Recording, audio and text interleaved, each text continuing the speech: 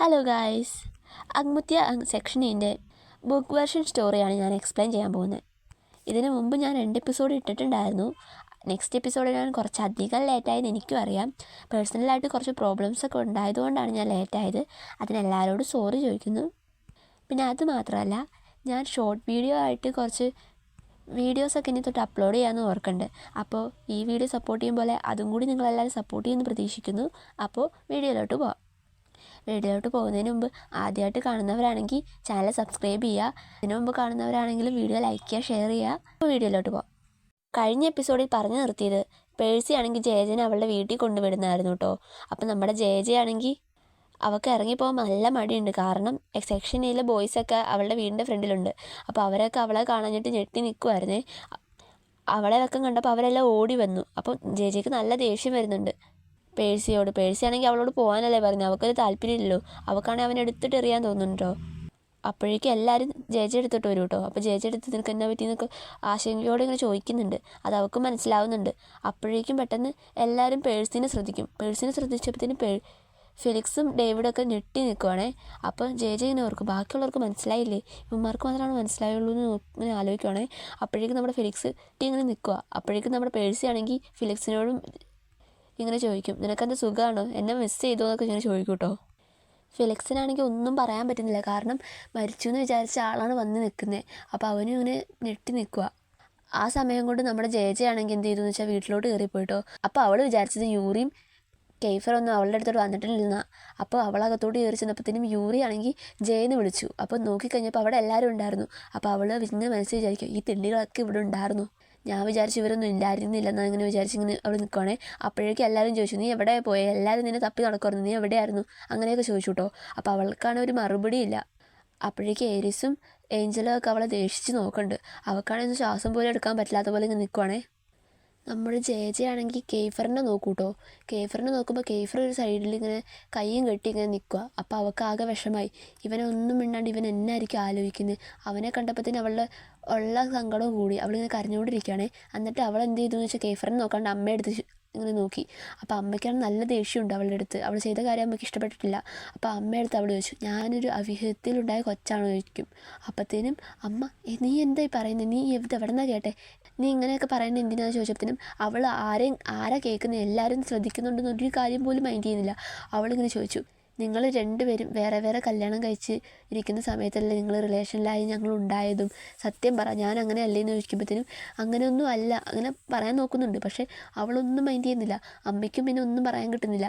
അമ്മയാകെ ദേഷിച്ചു എന്തൊക്കെയോ വെപ്രാളത്തിൽ നോക്കിക്കൊണ്ടിരിക്കുകയാണ്. എന്നിട്ട് അമ്മ അവിടെ നിന്ന് പോകും കേട്ടോ. അപ്പം നമ്മുടെ ജയജയ്ക്ക് ഇതൊക്കെ കേഫർ അറിയണമെന്നുണ്ടായിരുന്നു. അപ്പോൾ കേഫർ അറിയുകയും ചെയ്തു. അവനും പ്രത്യേകിച്ചൊന്നും പറയുന്നില്ല. എന്നിട്ട് അവളും സങ്കടപ്പെട്ടിങ്ങനെ കയറി പോട്ടോ. അപ്പോൾ നമ്മുടെ പേഴ്സി അങ്ങോട്ട് കയറി വരും. പേഴ്സി കയറി വരുമ്പോൾ ഫിലിക്സിൻ്റെ റിയാക്ഷൻ എങ്ങനെയായിരുന്നു, അതുപോലെ തന്നെയായിരുന്നു ബാക്കിയുള്ളവരുടെ റിയാക്ഷൻ. എല്ലാവരും ഞെട്ടിക്കുക.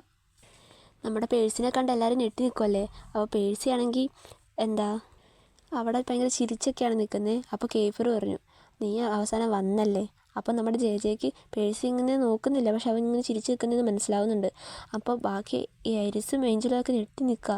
ഏരിസിനാണെങ്കിൽ ആകെ കലിയാവുക, നീ ശരിക്കും ജീവനോടെ ഉണ്ടോ, നീ തന്നെയാണോ എന്ന് ചോദിച്ചപ്പോഴത്തേനും അല്ല ഞാൻ പ്രേത, അങ്ങനെയൊക്കെ പറയുകയാണെ. അപ്പോഴത്തേനും അവനും ആകെ ദേഷിച്ച് നിൽക്കുക. കാരണം മരിച്ചു പോയെന്ന് വിചാരിച്ച ഒരാൾ ജീവിതത്തിൽ തിരിച്ച് വരുന്നത് കാണുമ്പോൾ ആരായാലും ഞെട്ടിപ്പോയില്ലേ. അങ്ങനെ ഞെട്ടി നിൽക്കുക കേട്ടോ. അപ്പോൾ നമ്മുടെ ജയജയുടെ അമ്മ ചോദിക്കും, നീ ആരാന്ന് പറഞ്ഞുകൊണ്ട് ദേഷിച്ച് ചോദിക്കും കേട്ടോ. അപ്പോഴേക്കും നമ്മുടെ പേഴ്സി പറയും, അവളുടെ അമ്മയുടെ പേര് പറഞ്ഞിട്ട് ഇന്ന ആളുടെ മോനാന്ന് പറയും. അപ്പോഴത്തേനും അമ്മയ്ക്കും എന്തോ മുഖഭാവം അങ്ങനെ കാണും കേട്ടോ. അപ്പോൾ അമ്മയ്ക്കും എന്തോ അറിയാവുന്നതുകൊണ്ടായിരിക്കുമല്ലോ അങ്ങനെ ആകുന്നത്. അപ്പോൾ നമ്മുടെ ജയജയ്ക്കും അത് മനസ്സിലാവും. അപ്പോൾ ജയജനെ അവൻ ഇങ്ങനെ ചേർത്ത് പിടിക്കുന്നുണ്ട്. അവനാണെങ്കിൽ ഇങ്ങനെ മാറ്റാൻ നോക്കുന്നുണ്ട്. പക്ഷേ ബാക്കിയുള്ളവരുടെ മുഖത്തിന് അത്ര ഇഷ്ടപ്പെട്ടതൊന്നും ബാക്കി ആർക്കൊന്നും ഇഷ്ടപ്പെട്ടിട്ടില്ലെന്നാണ് അവരുടെ മുഖഭാവം കണ്ടിട്ട് മനസ്സിലാവുന്നത്. അപ്പോഴേക്കും നമ്മുടെ ജയജയുടെ അമ്മ ചോദിക്കും, നിനക്ക് എന്താ എൻ്റെ മകളിൽ നിന്ന് വേണ്ടേന്ന് ചോദിക്കും കേട്ടോ ദേഷ്യത്തിൽ. ഇതൊക്കെ കണ്ടിട്ട് പേഴ്സി ചിരിക്കുന്ന മാത്രമേ ഉള്ളൂ. അപ്പോൾ അവൻ പറയും, എനിക്ക് എൻ്റെ സഹോദരിയോട് കുറച്ച് സമയം ചിലവഴിക്കണം എന്നിങ്ങനെ പറയും കേട്ടോ. ഇത് കേട്ടിട്ട് ഏരിസ് ആണെങ്കിൽ ഒരു നിരാശ ഉള്ള ഭാവത്തിൽ ഇങ്ങനെ ചിരിക്കും കേട്ടോ. കാര്യങ്ങൾ മൊത്തം കൈവിട്ട് പോയേക്കുക, ഫുൾ പ്രശ്നമാണ്.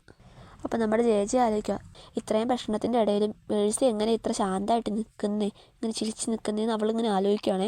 അപ്പോഴേക്കും നമ്മുടെ പേഴ്സിയാണെങ്കിൽ ജയജയോട് പറയും, ഞാനിപ്പോൾ പോവാം, എനിക്ക് കുറച്ച് കാര്യങ്ങൾ തീർക്കാനുണ്ടെന്ന് പറഞ്ഞ് ജയജയെ കേഫറിനെയും യൂറിനെയും എരിസിനെയും ഇങ്ങനെ നോക്കൂട്ടോ. എന്നിട്ട് അവൻ പുറത്തോട്ട് പോകും. അപ്പോൾ ബാക്കി അവന്മാരും 3 പേരും അവൻ്റെ പുറകെ പോകും കേട്ടോ. അപ്പോൾ ജയജ ഇങ്ങനെ ആലോചിക്കുക, എന്തായാലും ഇവന്മാരുടെ പോക്ക് എന്താ ഉണ്ടാവുന്നതെന്നൊന്നും എനിക്ക് ഊഹിക്കാൻ പോലും പറ്റില്ല. തിരിച്ചു വരുമ്പോൾ അത്ര നല്ല രീതിക്കായിരിക്കില്ല വന്നതെന്ന് എനിക്ക് ഉറപ്പുണ്ടെന്ന് പറഞ്ഞിട്ട് അവളിങ്ങനെ മനസ്സിലാലോചിക്കുക. അപ്പോഴേക്കും അവളുടെ അമ്മയാണെങ്കിൽ അവളുടെ ചോദിക്കും, നിങ്ങളെങ്ങനെ കണ്ടത്, നിങ്ങളെന്തിനാണ് കണ്ടതെന്നൊക്കെ പറഞ്ഞ് ഭയങ്കര വെപ്രാളത്തിൽ ചോദിക്കുവാണേ. അപ്പോൾ ആൻറ്റിയൊക്കെ അവളെ മാറ്റാൻ നോക്കുന്നുണ്ട്. പക്ഷേ അമ്മ ഇങ്ങനെ അവളുടെ കയ്യിൽ ശക്തമായിട്ട് ഇങ്ങനെ പിടിക്കും കേട്ടോ. അപ്പോൾ അവളുടെ കൈയൊക്കെ മുറിയുന്നുണ്ട്.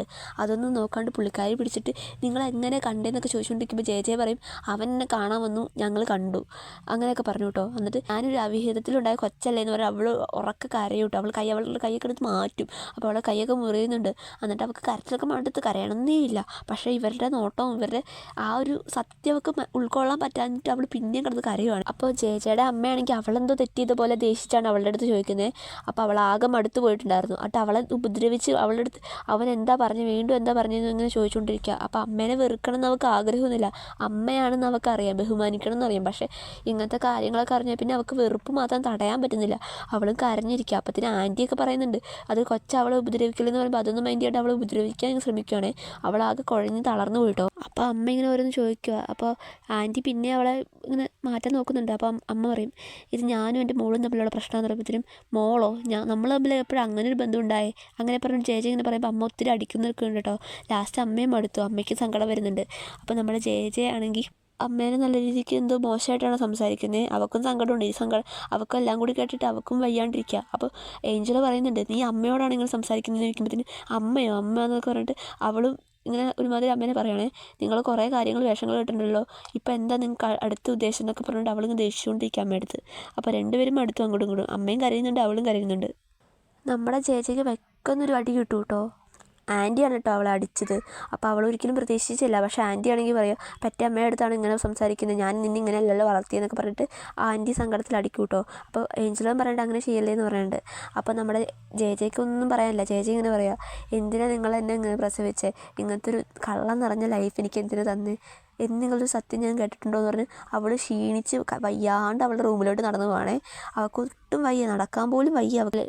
അവളിങ്ങനെ ആലോചിക്കുക, ഞാൻ എൻ്റെ കഴിഞ്ഞ ജന്മത്തിൽ എന്തോ വലിയ പാപം ചെയ്തിട്ടുണ്ട്, അത് പറഞ്ഞാൽ എനിക്ക് ഇപ്പോൾ ഇങ്ങനെ ഉണ്ടാവുന്നതെന്ന് അവൾ തന്നെ അവളുടെ മനസ്സിൽ പറയുവാണേ.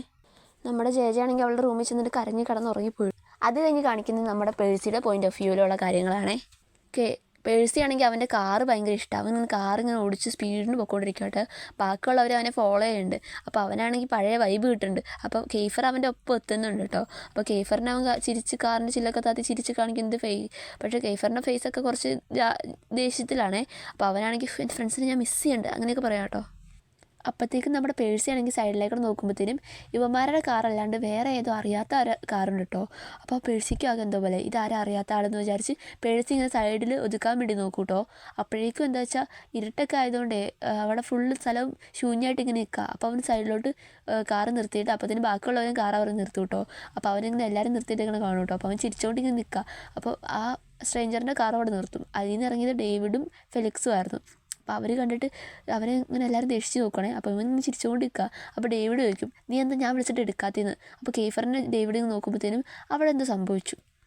അപ്പോഴേക്കും നമ്മുടെ ഏരീസ് ആണെങ്കിൽ ഇങ്ങനെ പറയും, അപ്പോൾ നീ ജീവിച്ചിരിക്കുന്ന കാര്യം ഞാൻ മാത്രമല്ല അറിയാത്തതെന്ന് ചോദിക്കുമ്പോഴത്തേനും യൂറി പറയും, ഞങ്ങളും കുറച്ചായിട്ടുള്ളൂ അറിഞ്ഞിട്ടെന്ന് പറയും. പക്ഷേ എന്നോട് ആദ്യം പറയണമായിരുന്നു എന്നിങ്ങനെ ഏരീസ് പറയും കേട്ടോ. അപ്പോൾ ഏരീസിന് അത്ര സന്തോഷമൊന്നും ആയിട്ടില്ല. കാരണം ഇവൻ മരിച്ച പേരിൽ ഏരീസ് ഒത്തിരി ബുദ്ധിമുട്ടിയിട്ടുണ്ട്. അത് പേഴ്സിക്കും അറിയാം അവൻ വരുമ്പോൾ സന്തോഷം വരില്ലെന്ന്. നമ്മുടെ കെയ്ഫർ പറയും, എന്തിനാണ് നിങ്ങൾ ഇവനെ കാണാനൊക്കെ പ്രേരിപ്പിക്കുന്നതെന്ന് പറഞ്ഞ് നിരാശ തോന്നുന്നു എന്നിങ്ങനെ പറയും കേട്ടോ. അപ്പോൾ പേഴ്സ് പറയും, പൊട്ട ചോദ്യം ചോദിക്കുക ഇങ്ങനെ പറയും കേട്ടോ. അപ്പോഴേക്കും നമ്മുടെ ഫെലിക്സ് പറയും, നീ ഒരു നുണയനാ, ഞങ്ങളാണ് കാരണക്കാരെങ്കിൽ നിങ്ങൾ എന്തെങ്കിലും ചെയ്യണമായിരുന്നു എന്ന് പറയുമ്പോഴത്തേനും ഫെലിക്സ് പറയും, സോറി പേഴ്സി പറയും, എനിക്കന്ന് കാണാൻ പറ്റിയ സാഹചര്യമല്ലായിരുന്നു, അന്നത്തെ ഭയങ്കര പ്രശ്നമായിരുന്നു, എനിക്ക് ആഗ്രഹം ഉണ്ടെങ്കിലും പറ്റിയ സമയമല്ലായിരുന്നു എന്ന് പറയും കേട്ടോ. അപ്പോൾ നമ്മുടെ പേഴ്സിക്കാണെങ്കിൽ ഫെലിക്സിൻ്റെ ദേഷ്യവും കാര്യങ്ങളൊക്കെ മനസ്സിലാവുന്നുണ്ട്. അവൻ ഒത്തിരി കഷ്ടപ്പെട്ട് ഒത്തിരി സഹിക്കേണ്ടി വന്നു, പപ്പയൊക്കെ ഒത്തിരി സഹിക്കേണ്ടി വന്നെന്ന് അവനറിയാം കേട്ടോ. അപ്പം നമ്മുടെ യൂത് ചോദിക്കും, അത് കാരണമാണോ നീ വിളിക്കുകയോ ഇതൊന്നും ചെയ്യാത്തതെന്ന് ചോദിക്കുമ്പോഴത്തേനും ആ അപകടത്തിന് ശേഷം അവൻ ഒത്തിരി തളർന്നു പോയായിരുന്നു. അപ്പോൾ അവൻ എല്ലാവരുമായിട്ട് കോൺടാക്ട് ചെയ്യാനും അവൻ്റെ അമ്മയൊന്നും സമ്മതിക്കൂലായിരുന്നു. ആ അപകടത്തിന് മൂവ് ഓൺ ആവാത്ത അവൻ മാത്രമേ ഉള്ളൂ എന്ന് ഓർക്കുമ്പോൾ അവന് നാണക്കേട് തോന്നുന്നു എന്നിങ്ങനെ പറയും കേട്ടോ. അപ്പോൾ നമ്മുടെ കെയ്ഫർ ചോദിക്കും, ജെ നീ തമ്മിലുള്ള ബന്ധം എന്താ ചോദിക്കുമ്പോഴത്തേനും നീ എന്തിനാ അതൊക്കെ അറിയാമെന്ന് പേഴ്സ് ചോദിക്കും കേട്ടോ. അപ്പോൾ എന്നിട്ട് അത് അവളുടെ ബന്ധം ഇങ്ങനെ പറയും. അപ്പോഴേക്കും നമ്മുടെ യൂറി ചോദിക്കും, ശരിക്കും അത് തന്നെയാണോ അതോ വേറെ കാരണം കൊണ്ട് ചോദിക്കുമ്പോഴത്തേനും അവൻ ചോദിക്കും, വേറെ എന്ത് കാരണം ചോദിക്കുമ്പോഴത്തേനും ഞങ്ങളോട് പ്രതികാരം തീർക്കാനാണോ അവളുടെ അടുത്ത് നിന്ന് ചോദിക്കുമ്പോഴത്തേനും അങ്ങനെ തീർക്കേണ്ട കാര്യം എനിക്കില്ല, അതിന് ആണെങ്കിൽ ഞാൻ ഇങ്ങനെ ചെയ്യേണ്ട കാര്യമില്ലെന്ന് അവൻ പറഞ്ഞ് മനസ്സിലാക്കും കേട്ടോ. യൂറിയുടെ ഓരോ വാക്കും അവൻ ഇഷ്ടപ്പെടുന്നൊന്നുമില്ല. പിന്നെ അവർക്ക് ആവശ്യമുണ്ടായിരുന്നപ്പോൾ അവരെ ഉപേക്ഷിച്ച പോലെയാണ് അവന് ഫീൽ ചെയ്തത്. ഏരിസും അവൻ ആ പ്രശ്നത്തിൽ കടന്നപ്പോൾ ഇവരെ ഉപേക്ഷിച്ച പോലെ അവന് ഫീൽ ചെയ്തത്. ഏരിയസ് അവനെ വിടില്ലെന്നൊക്കെ പറഞ്ഞ് ഇങ്ങനെ കഷ്ടപ്പെട്ട് പിടിച്ചു നിർത്തിയതാണ്. പക്ഷേ അതിൻ്റെ സാഹചര്യം അങ്ങനെ ആയിപ്പോയല്ലോ. അപ്പോൾ അവനെ ആ കാര്യം ആലോചിക്കുമ്പോൾ തന്നെ എന്തോ പോലെ ആവുകയാണ്. യൂറിയാണെങ്കിൽ പറയും, നീ ജേജേനെ ഉപയോഗിക്കില്ലെന്ന് ഞങ്ങളങ്ങനെ വിശ്വസിക്കുമെന്ന് ചോദിച്ചപ്പോഴത്തേനും പെട്ടെന്ന് നമ്മുടെ പേഴ്സി പറയും, ഞാനൊരിക്കലും നിങ്ങളെപ്പോലെ ചെയ്യില്ലെന്ന് പറയും. അപ്പോൾ കെയ്ഫർ ചോദിക്കും, ഞങ്ങളെപ്പോലെ ചോദിക്കുമ്പോഴത്തേനും അതെ, നീയൊക്കെ ജേജെ എടുത്ത് ചെയ്ത കാര്യം എനിക്ക് അറിയാട്ടോ എന്നിങ്ങനെ പറയുമ്പോഴത്തേനും കെയ്ഫറും ചിരിച്ചുകൊണ്ട് പറയും, അപ്പോൾ നീ എല്ലാം അറിഞ്ഞൂലേ. ഡേവിഡിനെ നോക്കി ഇങ്ങനെ ഒരുമാതിരി നിൻ്റെ അടുത്ത് എല്ലാം പറയുന്നുണ്ടല്ലോ എന്നുള്ള കണക്കിന് ചിരിച്ചുകൊണ്ടിരിക്കും കേട്ടോ. അപ്പോൾ ഡേവിഡിൻ്റെ മുഖം കുറച്ച് വീർത്തിരിക്കണമല്ലോ, അത് കെയ്ഫർ അടിച്ചാണല്ലോ. ആ കാര്യം കോളെടുക്കാത്ത കാര്യം അവന് ചെറിയ സൂചന പോലെ കിട്ടും കേട്ടോ. അപ്പോൾ നമ്മുടെ ഡേവിഡിനെ ഇങ്ങനെ ഒരുമാതിരി കളയാക്കി പറയുമ്പോഴത്തേനും ഡേവിഡിന് ദേഷ്യം വരുന്നുണ്ട്. അപ്പോഴേക്കും കെയ്ഫർ ആണെങ്കിൽ പേഴ്സിയോട് ചോദിക്കും, ജേജനെ കിസ് ചെയ്യാൻ പറഞ്ഞ് നീ നിൻ്റെ നായ എടുത്ത് ഓർഡർ ചെയ്തു എന്ന് ചോദിക്കും. അത് ഉദ്ദേശിച്ച ഡേവിഡിൻ്റെ അടുത്തു നിന്നാണേ.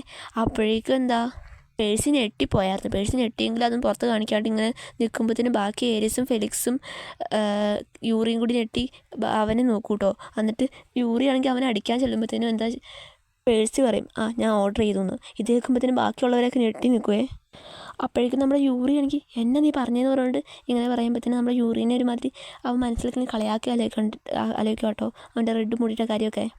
കെയ്ഫറിൻ്റെ യഥാർത്ഥ സ്വഭാവം എങ്ങനെയാണ് ജേജനെ കാണിച്ചു കൊടുക്കാൻ വേണ്ടി ഡേവിഡിൻ്റെ അടുത്ത് പറഞ്ഞു എന്നാണ് പേഴ്സി പറയണേ. അപ്പോഴേക്കും നമ്മുടെ കെയ്ഫറാണെങ്കിൽ കൺഗ്രാറ്റ്സ് പറഞ്ഞ് ഇങ്ങനെ കൈ കൂട്ടു കേട്ടോ. നിൻ്റെ നായ നീ പറഞ്ഞ പണി അതേപോലെ ചെയ്തിട്ടുണ്ടെന്ന് കളിയാക്കി പറയൂ കേട്ടോ. അപ്പോഴേക്കും നമ്മുടെ ഏരിസ് ചോദിക്കും, ഇനി നിൻ്റെ പ്ലാൻ എന്താ ചോദിക്കുമ്പോഴത്തേനും എനിക്ക് പണി തന്നവർക്കൊക്കെ പ്രതികാരം ചെയ്യണം, അത്രേ ഉള്ളൂ എന്ന് പറയും കേട്ടോ. പിന്നെ ജേജനെ അവളുടെ അച്ഛനെ പരിചയപ്പെടുത്തി കൊടുക്കണമെന്ന് പറയും കേട്ടോ. അപ്പോൾ തന്നെ ഏരിസ് പറയും, ഒരിക്കലും നടക്കാൻ പോകുന്നില്ലെന്ന് പറയും കേട്ടോ. എന്നിട്ട് അവനാണെങ്കിൽ പേഴ്സി എന്താ പറയണമെന്ന് പോലും കേൾക്കാണ്ട് തിരിച്ചു അതേപോലെ പോകും കേട്ടോ. അപ്പോഴേക്കും നമ്മുടെ കെയ്ഫറും യൂറിയും അതേപോലെ അവരും കാറെടുത്ത് പോകും കേട്ടോ. അപ്പോഴേക്കും നമ്മുടെ ഫെലിക്സും ഡേവിഡ് മാത്രമേ ഇപ്പോൾ ഉള്ളൂ. അപ്പോൾ ഫെലിക്സ് ആണെങ്കിൽ ഉള്ളിലൊരു വിഷമമുണ്ടെങ്കിലും അവന് നേരെ ചിരിച്ച് കാണിക്കും. അപ്പോൾ നമ്മുടെ പേഴ്സി പറയും, എനിക്ക് ഡാഡിയെ കാണുമെന്ന് പറയും. അപ്പോഴത്തേനും അവനാണെങ്കിൽ ഇങ്ങനെ ഒന്നും പറയാണ്ട് നിൽക്കുകയാണേ. അപ്പോഴേക്കും നമ്മുടെ ഫെലിക്സ് ആണെങ്കിൽ ഒന്നും പറയാണ്ട് നിന്നിട്ട് അവൻ പയ്യെ പേഴ്സിയുടെ കാറിൻ്റെ അങ്ങോട്ടേക്ക് പോകും കേട്ടോ. അപ്പോഴേക്കും നമ്മുടെ ഡേവിഡ് അവിടെ നിൽക്കുന്നുണ്ട്. അപ്പോൾ ഡേവിഡ് ഇവൻ എന്തെങ്കിലും പറയുമെന്ന് അങ്ങനെ നോക്കി ഇങ്ങനെ നിൽക്കുക. അപ്പോഴേക്കും നമ്മുടെ പേഴ്സി ചോദിക്കും, നീ ചേച്ചിനെ കിസ് ചെയ്തോ?